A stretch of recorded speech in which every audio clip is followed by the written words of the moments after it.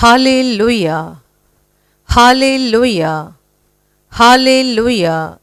धन्यवाद प्रभु यीशु, धन्यवाद प्रभु यीशु, धन्यवाद प्रभु यीशु। Hallelujah, hallelujah, hallelujah. माझ्या प्रिय बंधू भगिनींनो, आता आपण देवाचं वचन ऐकणार आहोत। तुमच्यापैकी ज्यांच्याजवळ बायबल आहे तुम्ही पाहू शकता।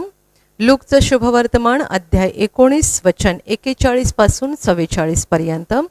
लूकचं शुभवर्तमान अध्याय 19 वचन 41 पासून 44 पर्यंत मी वाचून दाखवते, सर्वजण लक्ष द्या। मग तो शहराजवळ आल्यावर त्याच्याकडे पाहून त्याकरिता रडत रडत म्हणाला, जर तू निदान आज शांतीच्या गोष्टी जाणून घेतल्या असत्या तर किती बरे झाले असते, परंतु आता त्या तुझ्या दृष्टीपासून गुप्त ठेवण्यात आल्या आहेत। कारण पुढे तुला असे दिवस येणार आहेत की त्यात तुझे शत्रू तुझ्या भोवती मेढेकोट उभारतील व तुला वेढतील, तुझा चहूकडून कोंडमारा करतील, तुला व तुझ्या मुलाबाळांना धुळीस मिळवतील आणि तुझ्यामध्ये चिऱ्यावर चिरा राहू देणार नाहीत, कारण तुझ्यावर कृपादृष्टी केल्याचा समय तू ओळखला नाहीस। Hallelujah, hallelujah, hallelujah, hallelujah, hallelujah. माझ्या प्रिय बंधू भगिनींनो, आता ही जी आपण वचनं वाचली ती प्रभू येशूच्या मुखातून आलेली वचनं आहेत। येशूच्या मुखातून आलेले हे अतिशय महत्त्वाचे असे शब्द आहेत। 2000 वर्षांपूर्वी जेव्हा देवाचा पुत्र येशू ख्रिस्त मानवी रूपामध्ये या जगामध्ये होता, तेव्हा तो इस्रायल देशात होता। कारण इस्रायल हे देवाचं निवडलेलं राष्ट्र आहे, ते देवाचं लाडकं राष्ट्र आहे आणि म्हणून देवाने आपला पुत्र त्याच्या निवडलेल्या देशामध्ये म्हणजे इस्रायल देशामध्ये पाठवला। 33.5 वर्षे देवाचा पुत्र या इस्रायल भूमीमध्ये राहिला। तो गावोगावी नगरोनगरी फिरला, रस्त्या रस्त्यावर फिरून त्याने लोकांना देवाच्या राज्याची सुवार्ता सांगितली आणि सुवार्ता सांगत असताना त्याबरोबरच त्याने लोकांना बरंही केलं, त्यांच्यामध्ये मोठी अद्भुत केली आणि लोकांना मोठमोठे पुरावे दिले की तो कोणी साधा माणूस नाहीये आणि तो या जगाचा नाहीये, तर तो स्वर्गाचा आहे, तो स्वर्गातून आलेला देवपुत्र आहे। Hallelujah, hallelujah, hallelujah. माझ्या प्रिय बंधू भगिनींनो, जेव्हा प्रभू येशू ख्रिस्त इस्रायल देशामध्ये होता आणि तो मोठी अद्भुत दाखवत होता, देवराज्याची सुवार्ता लोकांना सांगत होता, त्यावेळेला अनेकांनी त्याला स्वीकारलं नाही, काहींनी स्वीकारलं, साध्या भोळ्या आणि गरीब लोकांनी त्याला स्वीकारलं, परंतु अधिकारी, प्रतिष्ठित, श्रीमंत, विद्वान, पंडित आणि स्वतःला शहाणे समजणारे अशा बहुसंख्य लोकांनी प्रभू येशूला स्वीकारलं नाही आणि त्याचाच परिणाम शेवटी असा झाला की त्यांनी हेव्याने आणि कपटाने प्रभूला धरलं आणि क्रूसावर मारलं। माझ्या प्रिय बंधू भगिनींनो, प्रभू येशूचं मरण होण्याच्या अगोदर प्रभूने या सगळ्या गोष्टी सांगून ठेवल्या होत्या। इथे आपण जी वचनं वाचली त्यामध्ये असं म्हटलेलं आहे की त्याने शहराकडे पाहून रडत रडत म्हटलं, यरुशलेमकडे पाहून, यरुशलेम या शहराकडे पाहून, कारण इस्रायलचं यरुशलेम शहर अतिशय मुख्य शहर आहे आणि या शहराकडे पाहून प्रभूने रडत रडत काही महत्त्वाची वचनं बोललेली आहेत।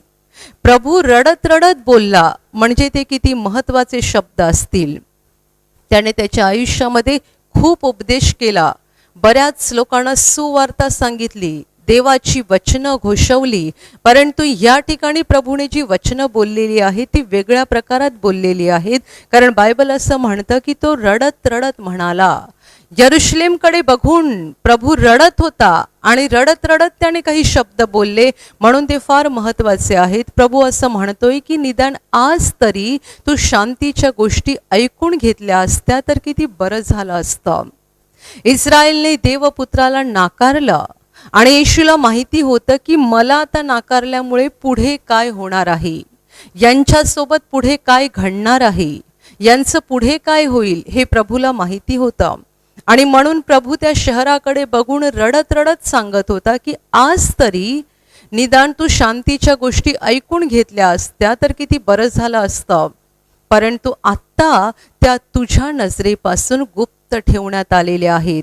शांतीच्या गोष्टी म्हणजेच स्वर्गातून आलेल्या गोष्टी, म्हणजेच देवाच्या गोष्टी, म्हणजेच देवाचे जिवंत शब्द आज जरी तुम्ही ऐकले असते तर किती बरं झालं असतं. परंतु आत्ता ते मात्र तुमच्या नजरेपासून लपवण्यात आलेले आहेत. आणि प्रभू इस्रायलचं पुढचं भविष्य सांगत आहे की तुला पुढे असे दिवस येणार आहेत की शत्रू तुला चोहू बाजूने घेरतील, तुझा कोंडमारा करतील, तुला आणि तुझ्या मुलाबाळांना धुळीला मिळवतील, तुझ्यातला चिऱ्यावर चिरा राहू देणार नाहीत. यरुशलेमचं आणि पर्यायाने संपूर्ण इस्रायलचं भविष्य प्रभू येशूने या वचनात सांगितलेलं आहे. आणि ही जी त्यांची अवस्था होणार आहे, हे जे त्यांचं प्रचंड नुकसान होणार आहे आणि ते धुळीस मिळवले जाणार आहेत, याचं कारण प्रभूने शेवटच्या वचनात दिलेलं आहे. कारण तुझ्यावर कृपादृष्टी केल्याचा समय तू ओळखला नाहीस. Hallelujah, hallelujah, hallelujah. माझ्या प्रिय बंधू भगिनींनो, बायबलमध्ये इस्रायलचा इतिहास अगदी स्पष्टपणे लिहून ठेवलेला आहे. देवाने या राष्ट्राला का निवडलं, कसं निवडलं, देवाने या लोकांवर कसं प्रेम केलं आणि ह्यांनी मात्र देवाला दुष्टपणाने, कठोरपणाने कसा प्रतिसाद दिला, हे सगळं अगदी सविस्तर बायबलमध्ये लिहून ठेवलेलं आहे. आपण जुन्या करारात बघतो की अब्राहम हा एक नीतिमान मनुष्य होता, ज्याचा देवावर फार मोठा विश्वास होता, जो अगदी हृदयातून देवावर प्रेम करत होता. आणि म्हणून या अब्राहमाला देवाने वचन दिलं होतं की मी तुझ्यापासून एक मोठं राष्ट्र बनवेन आणि मी त्या राष्ट्राला आशीर्वादित करेन, ते माझे लोक होतील आणि मी त्यांचा देव होईन.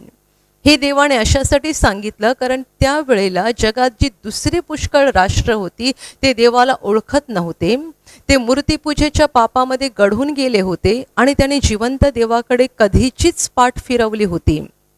संपूर्ण जग देवाविरुद्ध गेलं होतं आणि या काळामध्ये हा अब्राहम देवावर प्रेम करत होता, देवावर मनापासून विश्वास ठेवत होता, देवाशी प्रामाणिक होता. आणि म्हणून देवाने त्याला सांगितलं की मी तुझ्यापासूनच एक मोठा देश बनवेन आणि मी त्यांना आशीर्वादित करेन, ते माझे लोक होतील, मी त्यांचा देव होईन. देवाने अब्राहमाला वचन दिलं. तोपर्यंत तो निसंतान होता, त्याला मुलबाळ नव्हतं. परंतु म्हाताऱ्या वयात देवाने त्याला मुलगा दिला, इसहाक नावाचा मुलगा देवाने त्याला दिला. या इसहाकाला पुढे जाऊन 2 मुलगे झाले, याकोब आणि एसाव. यातला जो दुसरा याकोब होता यालाच देवाने इस्रायल नाव दिलं आणि या याकोबापासून देवाने हे इस्रायल राष्ट्र बनवलं. आज जो आपण इस्रायल देश बघत आहोत, हे सगळे इस्रायल लोक म्हणजे या याकोबाचे वंशज आहेत. याकोबालाच देवाने इस्रायल नाव दिलं आणि त्याच्यापासून देवाने हा फार मोठा देश बनवला. देवाने अब्राहमाला सांगितलं होतं की मी तुझ्यापासून एक राष्ट्र बनवेन आणि मी त्या राष्ट्राला आशीर्वादित करेन. याकोबापासून तयार झालेला हा इस्रायल देश, या देशावरती, या राष्ट्रावर देवाने त्याच्या वचनाप्रमाणे शेवटपर्यंत प्रेम केलं. देवाने त्यांना भरभरून आशीर्वाद दिला. जगात कुठेही घडली नाहीत अशी मोठाली अद्भुत देवाने त्यांच्यासाठी घडवली. अर्थात त्यांच्या मनाच्या वाकडेपणामुळे आणि त्यांच्या दुष्कृत्यांमुळे त्यांना वेळोवेळी शिक्षा सुद्धा भोगावी लागली होती. परंतु तरी सुद्धा त्यांनी आपलं वाकडं मन काही बदललं नाही, आपले वाकडे रस्ते काही सरळ केले नाहीत, त्यांच्या ताठ माना काही नम्र झाल्या नाहीत. ते क्षणाक्षणाला देवाकडून आशीर्वाद घ्यायचे आणि लगेच देवाच्या विरुद्ध काहीतरी करायचे. आणि अशा रीतीने वर्षानुवर्षे हे सुरू राहिलं. इस्रायल लोक देवाकडून भरपूर आशीर्वाद घेत होते.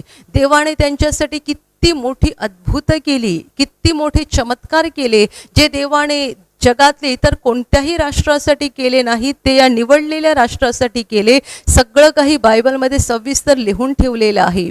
परंतु एवढा सगळा देवाचा अनुभव घेऊन सुद्धा हे लोक देवाशी कृतज्ञ बनले. संपूर्ण जगाच्या पाठीवर इस्रायल असा एकमेव देश आहे ज्यांनी जिवंत देवाला अगदी जवळून अनुभवलेला आहे. या देशाने देवाला जेवढं अनुभवलेलं आहे तेवढं बाकी कोणीच अनुभवलं नाही. त्यांच्यामध्ये देवाने जी अद्भुत केली ती देवाने बाकी कुठेच केली नाहीत. बायबल आपल्याला सांगतं की जेव्हा इस्रायल लोकांना देवाने मिस्र देशातून फारोच्या गुलामगिरीतून बाहेर काढलं आणि दुसऱ्या देशामध्ये नेलं, तेव्हा या प्रवासाच्या काळामध्ये देव त्यांच्या सोबत दिवसा मेघस्तंभाच्या रूपाने आणि रात्री अग्निस्तंभाच्या रूपाने आकाशातून त्यांच्या पुढे चालत होता. पृथ्वीवरचं असं एकमेव राष्ट्र ज्यांनी अशा रीतीने देवाचा अनुभव घेतला. हे लोक चालत असताना दिवसा देव मेघाच्या रूपाने आणि रात्री अग्नीच्या रूपाने आकाशातून त्यांच्या समोर चालत होता. देवाने त्यांना आकाशातून अन्न दिलं जेव्हा त्यांना भूक लागली. जेव्हा त्यांना पाणी प्यायचं होतं, तहान लागली होती, तेव्हा दगडातून देवाने त्यांच्यासाठी पाणी काढलं. त्यांच्यासाठी देवाने समुद्र दुभंगवून त्यांना रस्ता करून दिला. एवढ्या प्रमाणात ज्यांनी देवाला अनुभवलं असं इस्रायल पृथ्वीवरचं एकमेव राष्ट्र आहे. बाकी कोणत्याही देशाला देवाचा एवढा मोठा अनुभव कधी आलेला नाहीये. पण माझ्या प्रिय बंधू भगिनींनो, या लोकांनी मात्र शेवटपर्यंत देवाशी कृतज्ञपणाच केला. हे लोक देवाला सोडून मूर्तीपूजा करत राहिले, देवाच्या आज्ञा मोडत राहिले आणि देवाला जे आवडत नाही, दुसऱ्यांवर अन्याय करणं, दुष्टता, या सगळ्या गोष्टी ते करत राहिले. देवाने त्यांना सांगितलं की तुम्ही फक्त माझं ऐका, मग मी तुम्हाला भरभरून आशीर्वादित करेन आणि तुम्हाला मी सगळ्या शत्रूंपासून संरक्षण देईन. आणि देवाने हे जे वचन दिलं होतं त्याप्रमाणे खूप काळ देवाने त्यांना आशीर्वादित केलं देखील आणि देवाने त्यांचं संरक्षण देखील केलं. परंतु हे लोक वारंवार देवाच्या विरुद्ध वागत राहिले, वारंवार कृतज्ञ होत राहिले. त्यांनी आपलं कठोर अंतकरण देवासाठी सौम्य केलंच नाही. आणि ज्याप्रमाणे अब्राहम आणि याकोब हे त्यांचे पूर्वज जसे देवावर मनापासून प्रेम करत होते आणि मनापासून देवावर विश्वास ठेवत होते आणि देवाशी प्रामाणिक होते, ते आपल्या पूर्वजांप्रमाणे ते देवाशी प्रामाणिक राहिले नाहीत. देवाने बराच काळ ह्यांना सुधारविण्यासाठी प्रयत्न केला. आपण जुन्या करारात बघतो की देवाने खूप संदेष्टे त्यांच्याकडे पाठवले. संदेष्टे म्हणजे देवाचा संदेश घेऊन येणारे. देवाने अशा बऱ्याच लोकांना त्यांच्याकडे पाठवलं ज्यांच्यावर देवाने पवित्र आत्मा ठेवला आणि हे संदेष्टे पवित्र आत्म्याद्वारे त्यांना संदेश देऊन सांगत होते, इस्रायला मागे वळ, तुझा देव परमेश्वर याच्याकडे परत फिर, देव तुला बोलावत आहे, आत्ता तरी पश्चाताप कर, आत्ता तरी तुझा वाकडा मार्ग बदल, आत्ता तरी तुझं हृदय सरळ कर. वारंवार हे संदेश ते इस्रायल लोकांना संदेश देत होते. वारंवार ते त्यांना देवापासून आलेले शब्द सांगत होते. परंतु हे लोक इतके ताठ मानेचे आणि इतक्या कडक हृदयाचे होते की देवाने जेवढे संदेश ते पाठवले त्या सगळ्या संदेष्टांना त्यांनी मारून टाकलं. त्यांनी आपलं हृदय तर बदललंच नाही, देवाकडे तर वळालेच नाहीत. उलट जे संदेश ते देवाने त्यांना संदेश देण्यासाठी पाठवले त्या संदेशांना इस्रायल लोकांनी जीवाठार केलं. आणि शेवटी देवाचा पुत्र येशू ख्रिस्त त्यांच्यामध्ये आला. देवपुत्र त्यांच्यामध्ये येणार हे सुद्धा त्यांना संदेशाने अगोदर सांगितलं होतं. त्यांना माहिती होतं की मसीहा आमच्या देशात जन्म घेणार आहे, देव त्याचा पुत्र आमच्या देशामध्ये पाठवणार आहे, हे त्यांना माहिती होतं. ते मसीहाची वाट सुद्धा बघत होते. पण जेव्हा प्रत्यक्षात मसीहा येशू ख्रिस्त आला तेव्हा ते त्याला ओळखू शकले नाहीत, कारण त्यांची अंतकरणे एवढी कडक झालेली होती आणि ते एवढे ताठमानेचे बनले होते की देवपुत्राला ओळखणे एवढी अक्कल आणि बुद्धी त्यांच्याकडे राहिली नव्हती. येशू ख्रिस्त त्यांच्यामध्ये राहिला, त्यांच्यामध्ये फिरला, पुष्कळ अद्भुत करून त्याने सिद्ध करून दिला की तो स्वर्गातून आलेला आहे, तो देवपुत्र आहे हे त्याने दाखवून दिलं. पण त्यातल्या अनेकांना काही पटलं नाही आणि शेवटी हेव्याने, कपटाने, दुष्टपणाने त्यांनी येशूला पकडून मारण्याचा कट केला. ते एकसारखे योजना आखत होते येशूला ठार करण्याचा. कारण जसं त्यांनी अगोदर अनेक संदेष्टांना ठार केलं होतं, त्यांच्या पूर्वजांनी शेकडो वर्षे अनेक संदेष्टांचा जीवाघात केला होता आणि ही त्यांचीच मुलं होती. ते आता येशूला मारायला बघत होते. म्हणून येशूने त्यांना असा एक दाखला सुद्धा सांगितला होता की एका माणसाने आपला द्राक्षमळा काही माळ्यांना लावून दिला आणि तो दूर देशाला निघून गेला. हे जे कामकरी माळी त्या द्राक्षमळ्याची राखण करत होते, त्यांना असं वाटायला लागलं की हा द्राक्षमळा आपलाच आहे आणि आपणच जणू त्याचे मालक आहोत. ज्या मालकाने हा द्राक्षमळा त्यांना लावून दिला होता आणि दूरदेशी गेला होता, त्याने कालांतराने असा विचार केला की माझ्या द्राक्षमळ्यामध्ये जे काही पीक आलं असेल त्यातलं काहीसं मला मिळायला पाहिजे. आणि म्हणून त्याने आपल्या एका नोकराला तिथे पाठवलं त्याचा हिस्सा घेण्यासाठी. जेव्हा मालकाने नोकराला द्राक्षमळ्यात पाठवलं तेव्हा द्राक्षमळ्यातल्या कामकऱ्याने विचार केला की आपण ह्याला मारून टाकूया, आणि त्याने त्याला मारून टाकलं. मग मालकाने दुसरा पाठवला नोकर, त्यांनी दुसऱ्या नोकराला पण मारलं. अशा रीतीने जेवढे नोकर त्याने पाठवले त्यांनी सगळ्यांना ठार केलं. आणि शेवटी द्राक्षमळ्याचा जो मालक होता त्याने विचार केला की माझ्या सगळ्या नोकरांनी हे मारून टाकतात, हे कुणाचंच ऐकत नाहीये, तर आता मी माझ्या मुलाला पाठवेन, कदाचित माझ्या मुलाची हे भीड धरतील आणि मुलाचं ऐकतील. आणि म्हणून त्या मालकाने आपल्या मुलाला त्यांच्याकडे पाठवलं. मुलगा जेव्हा द्राक्षमळ्यामध्ये गेला तेव्हा त्या लोकांनी असा विचार केला की हा तर मुलगा आहे, म्हणजे हा वारीस आहे, तर आपण याला धरून मारून टाकू, म्हणजे द्राक्षमळा कायमचा आपला होऊन जाईल. आणि त्यांनी खरोखर त्या मुलाला धरलं, ठार केलं आणि द्राक्षमळ्याबाहेर फेकून दिलं. येशू विचारतोय, तर मग तुम्ही मला सांगा की जेव्हा धनी येईल तेव्हा तो ह्यांचं काय करेल? तो द्राक्षमळ्याचा धनी आहे. त्याने यांना द्राक्षमळा फक्त लावून दिलेला आहे काही काळासाठी, आणि द्राक्षमळ्यातून थोडंसं उत्पन्न घ्यावं म्हणून त्याने एक नोकर पाठवला, ह्यांनी मारून टाकला. दुसरा पाठवला, मारून टाकला. तिसरा पाठवला, मारून टाकला. आणि शेवटी त्याने विचार केला मी माझा मुलगा पाठवतो, कारण मुलाची निश्चितपणे ते भीड धरतील. आणि मुलगा पाठवला तर हे म्हणतात की हा तर वारीस आहे, याला आपण मारूनच टाकायला पाहिजे, म्हणजे द्राक्षमळा कायमचा आपला होईल. आणि त्याने मुलाला मारून टाकलं. येशू म्हणतो तेव्हा धनी येईल, मग यांचं काय करेल? तो ह्यांची काय अवस्था करेल? यांना तिकडून हाकलून लावेल, अतिशय कडक शिक्षा करेल आणि द्राक्षमळा दुसऱ्यांना लावून देईल. Hallelujah, hallelujah. एवढं स्पष्ट उदाहरण आणि स्पष्ट दाखला सांगितल्यानंतर इस्रायलच्या शास्त्री, परुषी, विद्वान पंडितांना समजलं की हा बाकी कोणाला बोलत नाहीये, हा आम्हालाच बोलतोय. त्यांना ही गोष्ट चांगली माहिती होती की त्यांच्या पूर्वजांनी संदेष्टांना मारून टाकलं होतं. देवाने जेवढे संदेष्टे पाठवले त्या सगळ्या संदेष्टांचा त्यांच्या पूर्वजांनी जीवाघात केला होता. आणि आता ते देवपुत्राला मारण्यासाठी सुद्धा योजना आखत होते. म्हणून तो येशू जो काही दाखला देतोय तो आमच्यासाठीच देतोय हे त्यांना बऱ्यापैकी समजलं होतं. पण तरी सुद्धा मन बदलणं दूरच, त्यांचं मन अधिक कडक होत गेलं. ते अधिक मनाने अहंकारी बनत गेले आणि येशूला संपवण्यासाठी अधिकाधिक प्रयत्न करायला लागले.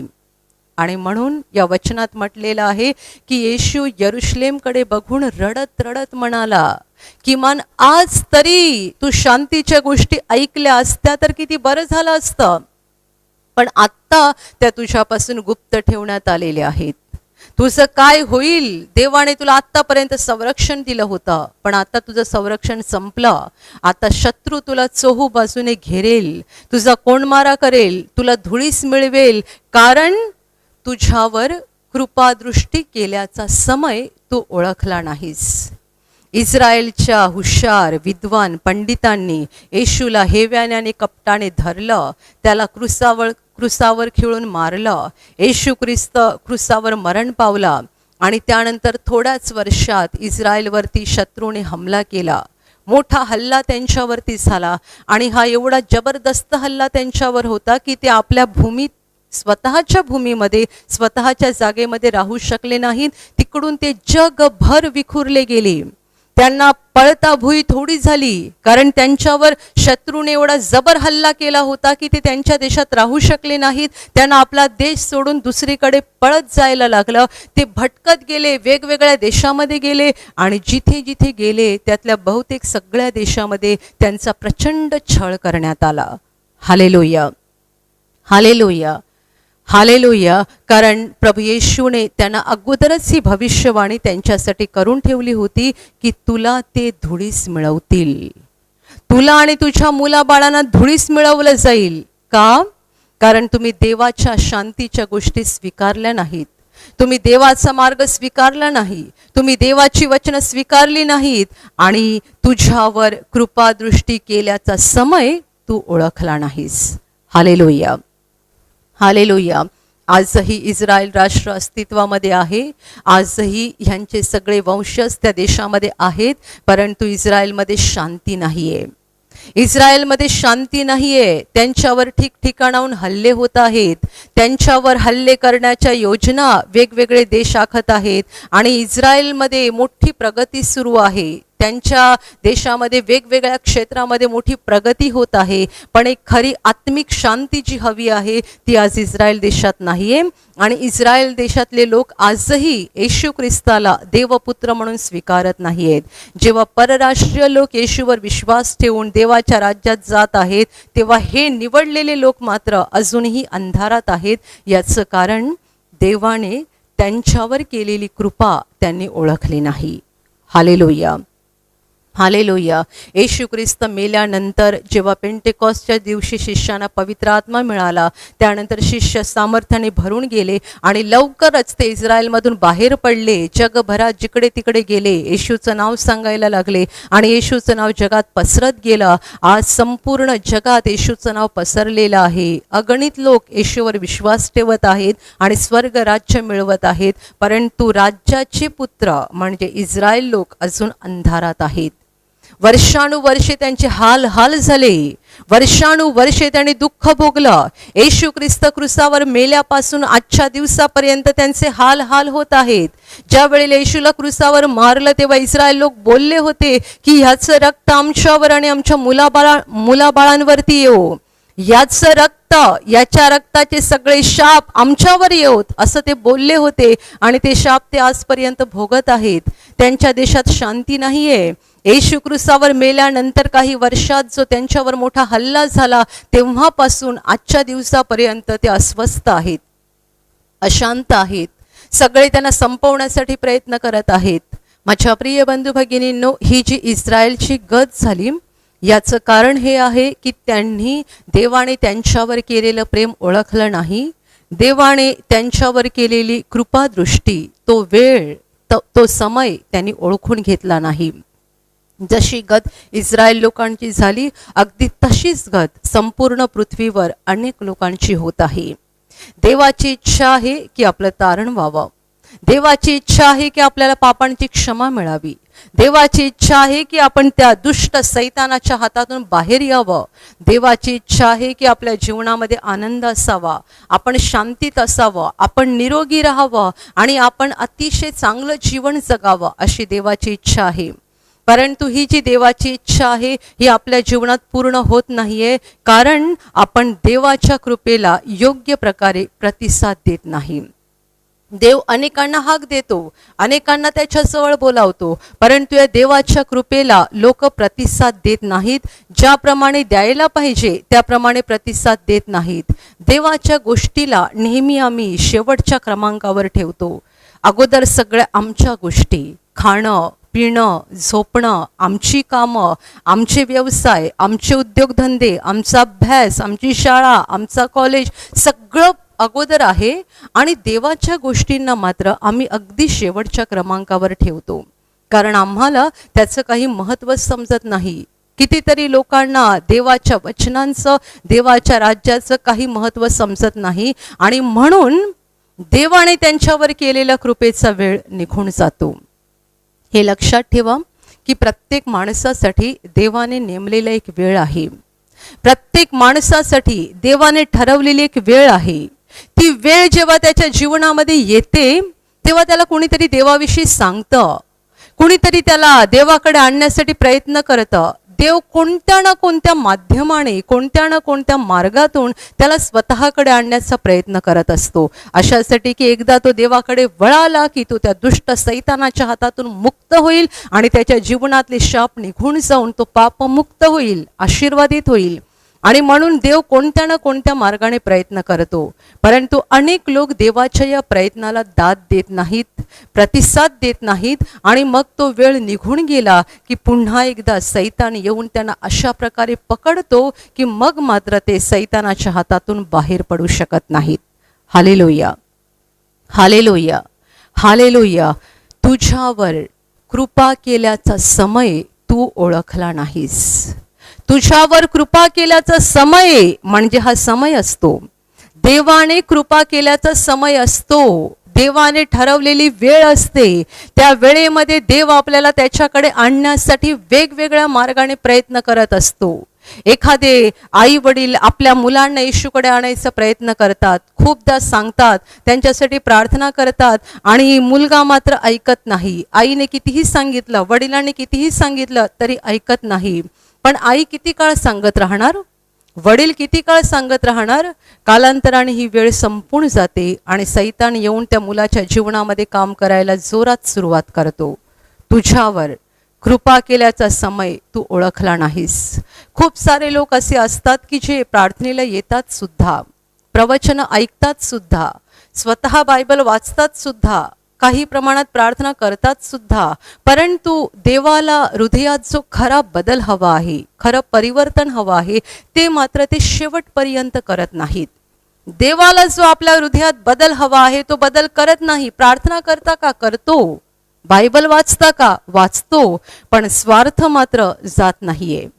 प्रार्थना करतो आम्ही, बायबल वाचतो आम्ही, प्रवचन नियमितपणे ऐकतो, प्रार्थनेत आम्ही नियमितपणे भाग घेतो, पण गर्व काही केला जात नाही, स्वार्थ काही केला जात नाही, दुसऱ्यांना मदत करायची इच्छा काही केल्या होत नाही, दुसऱ्यांना क्षमा करायची इच्छा होत नाही, वाकडं हृदय काही केल्या बदलत नाही, कपट जात नाही, खोटारडेपणा जात नाही, लबाडी जात नाही. माझ्या प्रिय बंधू भगिनींनो, जरी तुम्ही या प्रार्थना सभेमध्ये भाग घेत असाल तरी सुद्धा या प्रार्थना सभेत तुम्ही जे काही ऐकता त्यानुसार स्वतःला बदलणं आवश्यक आहे.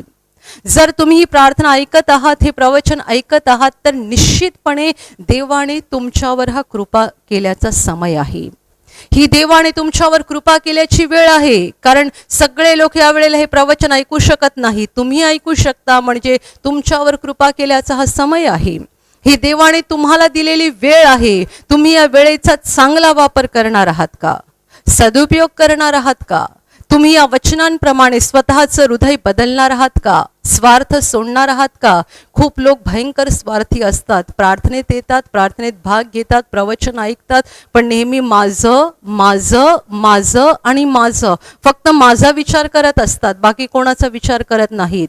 जो येशूचा बनलेला आहे तो माझं बघत नाही तर दुसऱ्यांचं बघतो.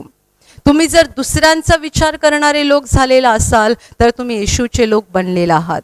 आणि अजूनही तुम्ही माझं माझं माझं बोलत असाल तर याचा अर्थ अजूनही देवाला जो बदल तुमच्या हृदयात हवा आहे तो झालेला नाहीये. Hallelujah, hallelujah. ही प्रार्थना सभा तुम्ही बघताय म्हणजे देवाने तुमच्यावर कृपा केल्याचा हा समय आहे. तुम्ही जर घरी बायबल वाचू शकताय, प्रार्थना करू शकताय, म्हणजे देवाने तुमच्यावर हा कृपा केल्याचा समय आहे. हा वाया जाऊ देऊ नका. म्हणून येशूने सांगितलं की प्रकाश जोपर्यंत तुमच्याकडे आहे तोपर्यंत चाला. प्रकाश तुमच्याकडे आहे तोपर्यंत चाला. कारण एकदा तो प्रकाश निघून गेला आणि तुम्ही जर प्रकाशात नसाल तर अंधार येऊन तुम्हाला असं काही घेरेल की पुन्हा मात्र तुम्ही त्यातून बाहेर पडणार नाहीत. आणि जुन्या करारात म्हटलेलं आहे, परमेश्वर प्राप्तीचा काळ आहे तोवर त्याला शोधा आणि तो जवळ आहे तोच त्याचा धावा करा. परमेश्वर प्राप्तीचा काळ आहे तोवर त्याला शोधा. हे प्रत्येक माणसासाठी व्यक्तिगतरित्या वचन आहे. तुमच्या जीवनात परमेश्वर प्राप्तीचा काळ देवाने नेमून दिलेला आहे. तुमच्या जीवनात देव जवळ असण्याचा काळ देवाने नेमलेला आहे. परमेश्वर प्राप्तीचा काळ आहे तोवर त्याला शोधा आणि तो तुमच्या जवळ आहे तोच त्याचा धावा करा, तोच त्याला मिळवून घ्या, तोच त्याचे बना, नाहीतर एकदा तो काळ संपला की तो दुष्ट येऊन तुम्हाला अशा रीतीने पकडेल की पुन्हा तुम्ही त्याच्या हातातून बाहेर पडू शकणार नाहीत. आज इस्रायल लोकांची जी गत झालेली आहे, इस्रायल लोकांची जी अवस्था झालेली आहे, ती महाभयानक अवस्था आहे. गेली 2000 वर्षे येशू ख्रिस्त क्रूसावर मेल्यापासून आजच्या दिवसापर्यंत हे राष्ट्र प्रचंड दुःख भोगत आहे. तांत्रिक प्रगती त्यांची खूप सुरू आहे, वेगवेगळ्या क्षेत्रामध्ये त्यांची प्रगती सुरू आहे, परंतु दुसऱ्या बाजूने खरी आत्मिक शांती जी पाहिजे ती त्या राष्ट्राकडे नाही आहे. ते राष्ट्र सगळ्या बाजूने शत्रूने घेरलेलं असं राष्ट्र झालेलं आहे. कोणी कधी हल्ला करेल, कोणी कुठूनही हल्ला करेल, अशा रीतीने त्यांची अवस्था झालेली आहे. माझ्या प्रिय बंधू भगिनींनो, जे इस्रायल राष्ट्राचं झालं त्यांच्यावर देवाने कृपा केल्याचा समय त्यांनी ओळखला नाही. ते एकसारखे नाकारत राहिले, झिटकारत राहिले, देवाची कृपा धुडकावत राहिले आणि आज त्यांची वाईट अवस्था झालेली आहे. तशीच अवस्था अनेक लोकांची होते, अनेकांची.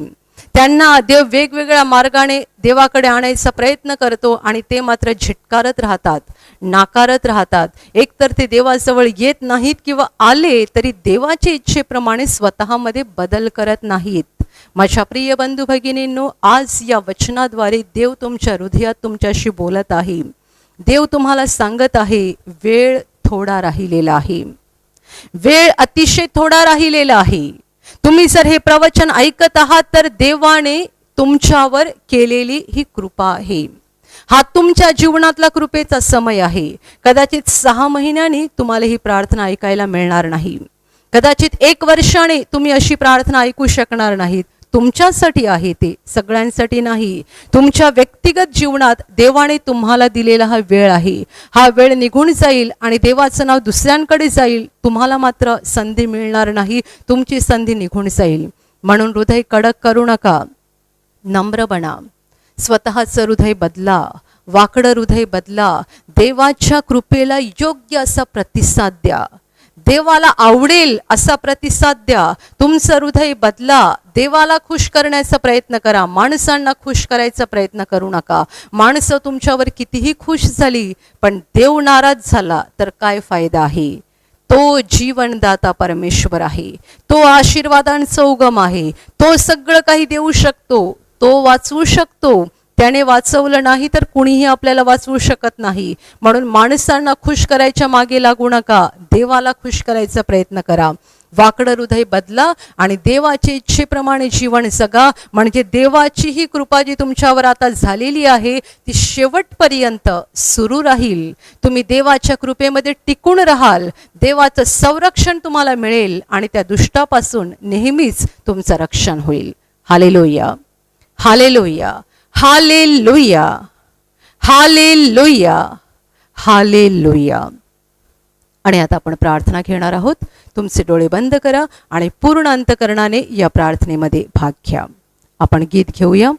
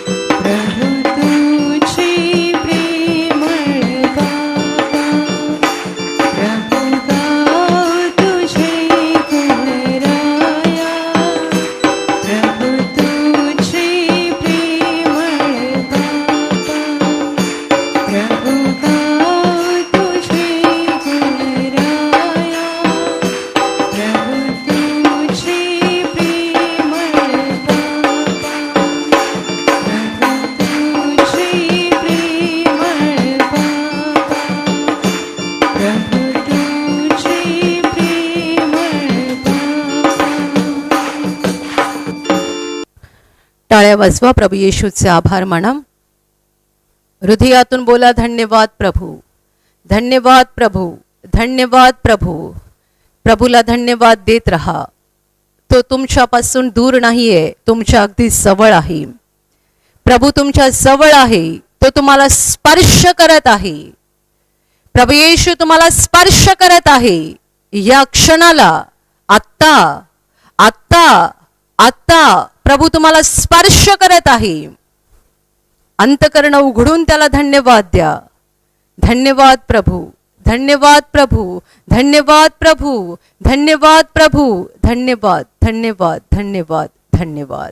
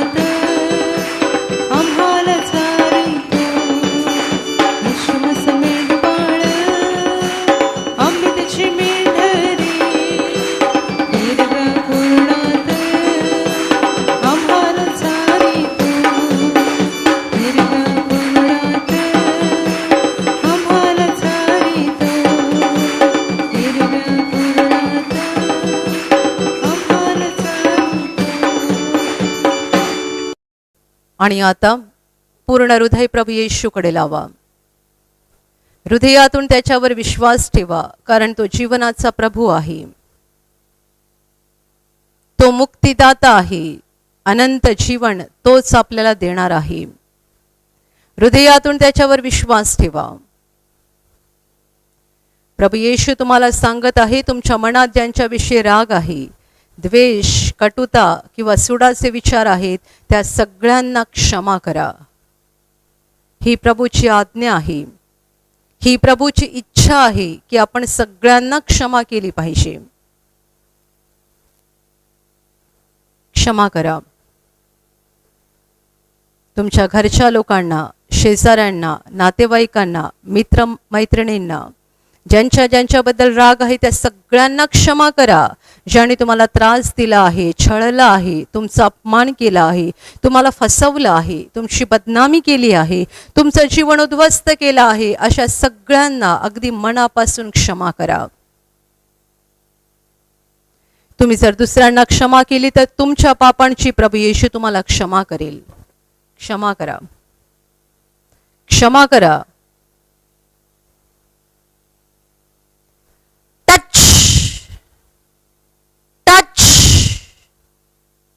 आणि आता तुमची पाप प्रभू येशू समोर कबूल करा. प्रभू समोर नम्र व्हा आणि प्रत्येक पाप कबूल करा. जो पाप कबूल करतो त्याच्यावर देव दया करतो. म्हणून आपली पाप लपवू नका, कबूल करा.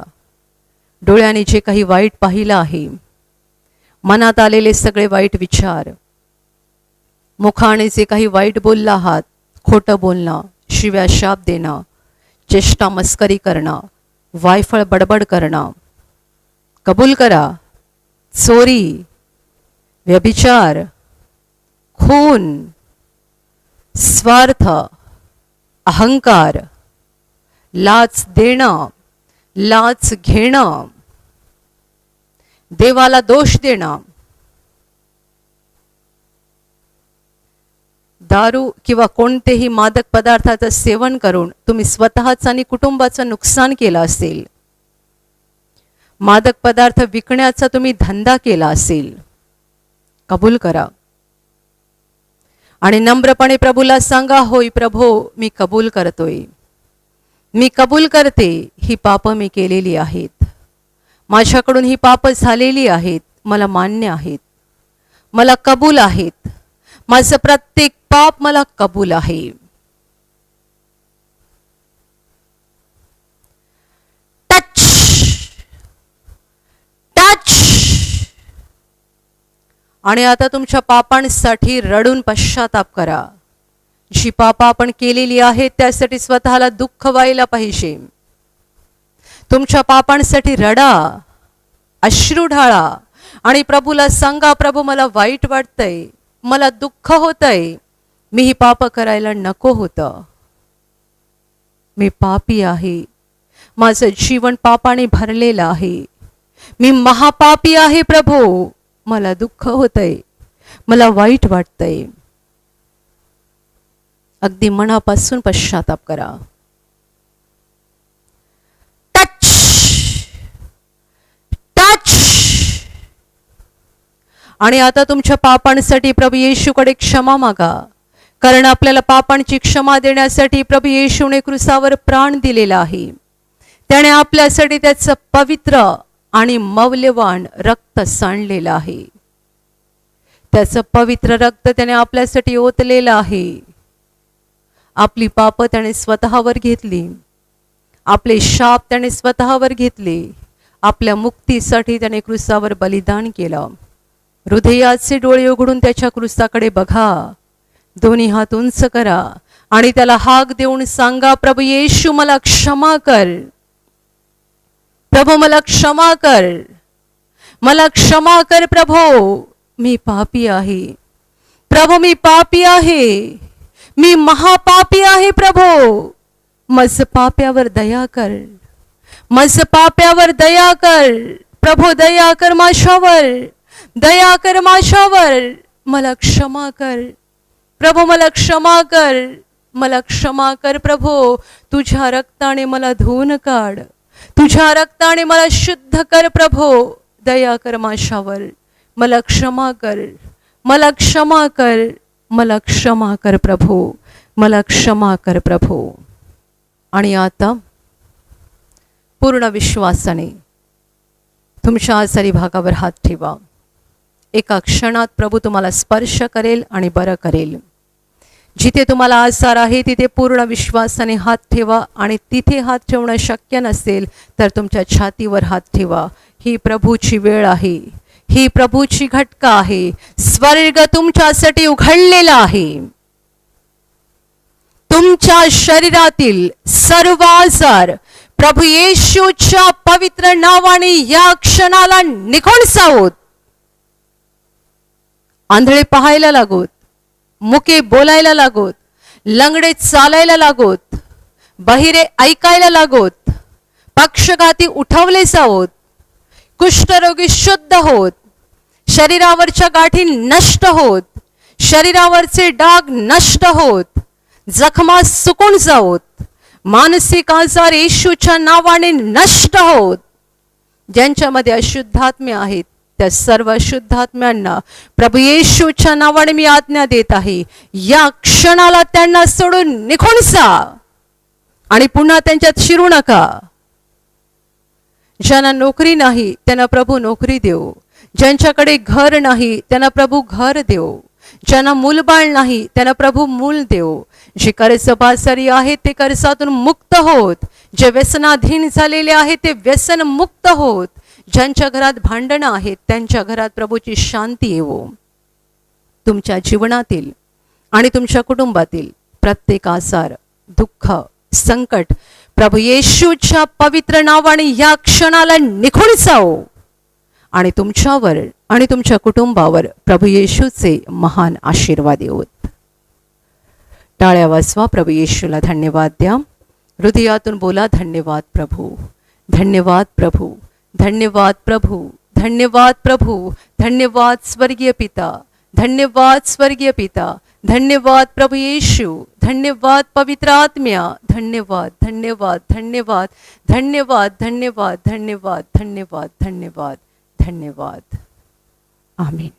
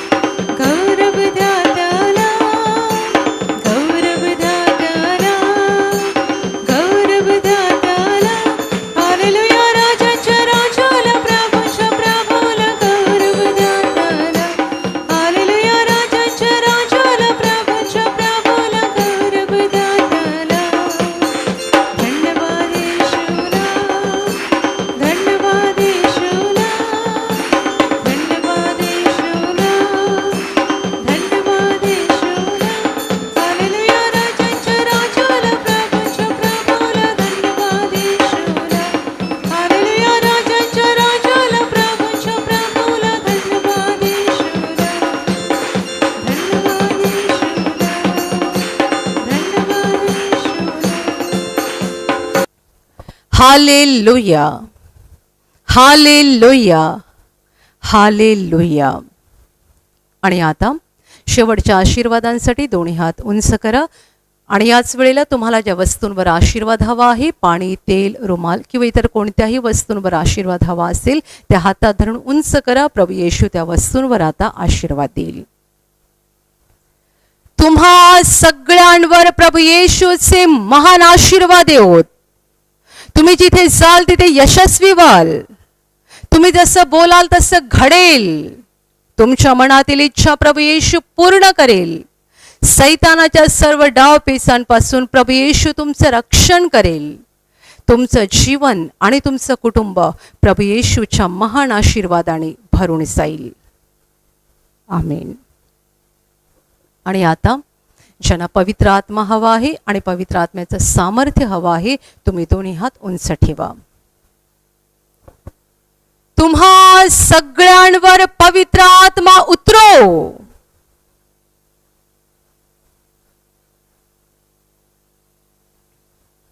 आणि आता आपण मुक्तीची प्रार्थना घेणार आहोत. ही पापक्षमा आणि स्वर्ग प्रवेशाची प्रार्थना आहे. तुम्हाला जर आत्म्याची मुक्ती मिळवून घ्यायची असेल तर हात जोडा, डोळे बंद करा आणि माझ्या मागे ही प्रार्थना बोला. हे प्रभू येशू, आज मी तुझ्यावर पूर्णपणे विश्वास ठेवत आहे. मी विश्वास ठेवतो की तू देवाचा पुत्र आहेस. तू माझ्यासाठी स्वर्ग सोडून या जगात आलास. तू माझ्यासाठी क्रूसावर मरण पावलास. हे प्रभू येशू, आज माझ्या अंतःकरणात मी तुझा स्वीकार करत आहे. तू माझा प्रभू आहेस. तू माझा मुक्तिदाता आहेस. हे प्रभू येशू, मी पापी आहे. मला क्षमा कर आणि मला तुझ्या पवित्र आत्म्याने भरून काढ. Amen. Hallelujah, hallelujah, hallelujah, hallelujah. आणि आता आपण शेवटचं गीत घेऊया.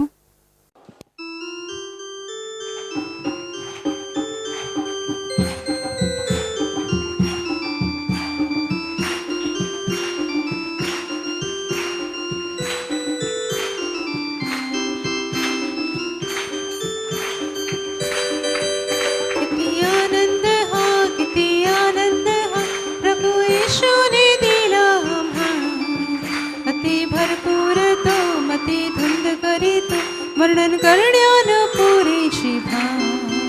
किती आनंद हा,